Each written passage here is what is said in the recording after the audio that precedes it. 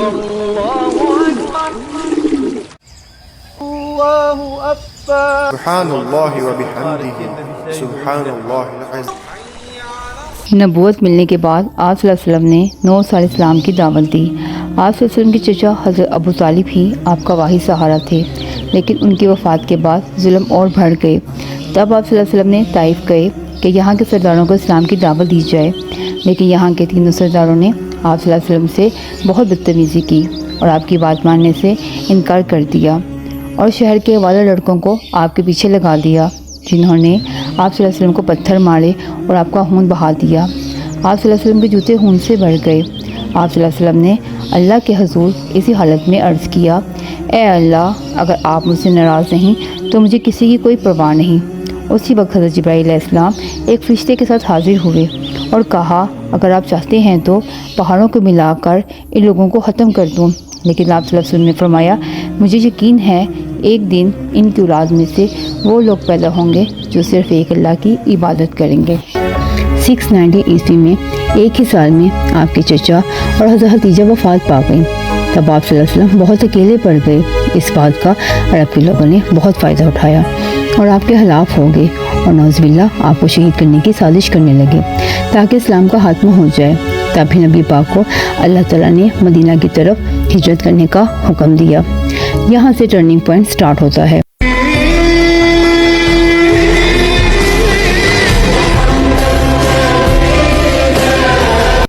مکہ سے 400 کلومیٹر دور مدینہ کے 2 بڑے قبیلے اوس اور خزرج کے بہت سارے لوگ مسلمان ہو چکے تھے۔ وہ آپ صلی اللہ علیہ وسلم کو مدینہ میں اپنا لیڈر بنا کر لے جانا چاہتے تھے۔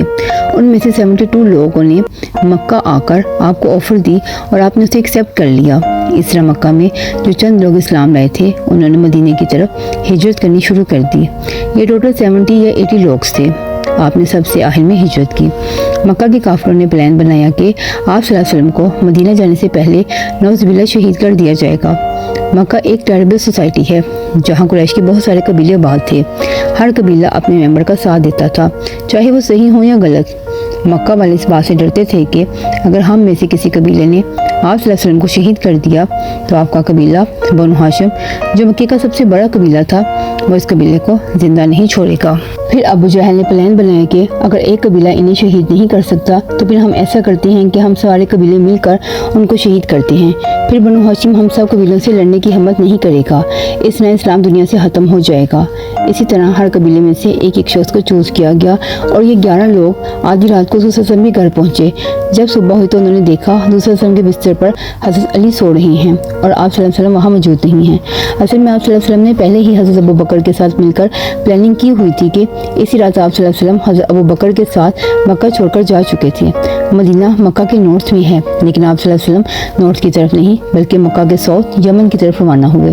مکہ سے 500 کلومیٹر دور ایک غار میں پناہ لی، کیونکہ وہ جانتے تھے کہ ان کے جانے کے بعد مکہ والے ان کو ضرور ڈھونڈیں گے، اور ایسا ہی ہوا۔ صبح ہی ابو جہل اور ابو سفیان نے اعلان کیا، جو حضور صلی اللہ علیہ وسلم کو لے کر آئے گا اسے 100 اونٹ کا انعام دیا جائے گا۔ یہ انعام مکہ والوں کے لیے بہت بڑا تھا۔ یہ نام سنتے ہی بہت سے لوگ آپ صلی اللہ علیہ وسلم کی تلاش کرنے کے لیے مکہ سے مدینے کی طرف نکل گئے، لیکن جب صلی اللہ علیہ وسلم وہاں نہ ملے تو بہت سے لوگ دوسرے راستے کی طرف بھی نکلے۔ ایک گروپ تو آپ کے غار کے بالکل قریب پہنچا، لیکن وہ آپ کو ڈھونڈ نہ سکا اور واپس چلا گیا۔ پھر ابو جہل اور ابو سفیان نے حضرت علی پر بہت ظلم کیا، لیکن حضرت علی نے کچھ نہ بتایا۔ پھر وہ حضرت ابو بکر کے گھر گئے اور وہاں ان کی بیٹی حضرت اسما سے پوچھا، لیکن انہوں نے بھی کچھ نہ بتایا۔ ابو سفیان نے بہت زور سے تھپڑ مارا کہ ان کی کان کی ہڈی ٹوٹ گئی، لیکن انہوں نے کچھ نہ بتایا۔ اتنی انسٹرکشن کے باوجود حضرت اسما نے 3 روز تک غار میں کھانا پہنچاتی رہیں۔ آخری 3 روز بعد آپ غار سے روانہ ہوئے۔ حضرت ابو بکر نے پہلے ہی سے ایک شخص سے بات کر رکھی تھی اور اس کو 2 اونٹ بھی دیے تھے کہ ہم سے آ کر اس غار میں ملنا اور اپنے ساتھ یہ اونٹ بھی لانا۔ اس بندے کا نام عبداللہ بن اریقط تھا۔ یہ آدمی مسلمان بھی نہ تھا، لیکن اس کے پاس ایک خاص سکل تھا۔ انہیں عرب کے بہت سارے سیکرٹ راستے پتہ تھے جسے باقی عرب کے لوگ نہیں جانتے تھے۔